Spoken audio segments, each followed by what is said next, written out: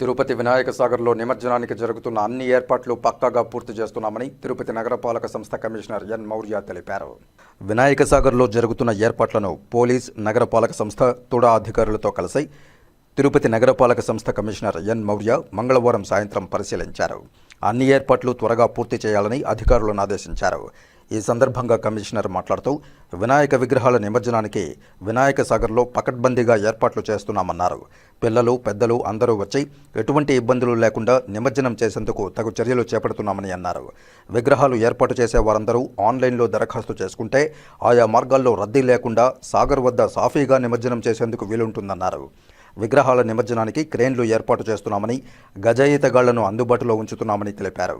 తెప్పలను కూడా పరిశీలించాలని అన్నారు. అన్ని ప్రాంతాల్లో సీసీ కెమెరాలు ఏర్పాటు చేస్తున్నామని, మానిటర్ల ద్వారా సిబ్బంది నిత్యం పర్యవేక్షణ చేయడం జరుగుతుందన్నారు. నిమజ్జనానికి వచ్చే వారు సూచించిన మార్గాల్లో వచ్చి వెళ్లాలని తెలిపారు. అన్ని విభాగాల అధికారులు సమన్వయం చేసుకుని చవితి వేడుకలను విజయవంతం చేయాలని తెలిపారు. ప్రజలందరూ అధికారులకు సహకరించాలని పిలుపునిచ్చారు.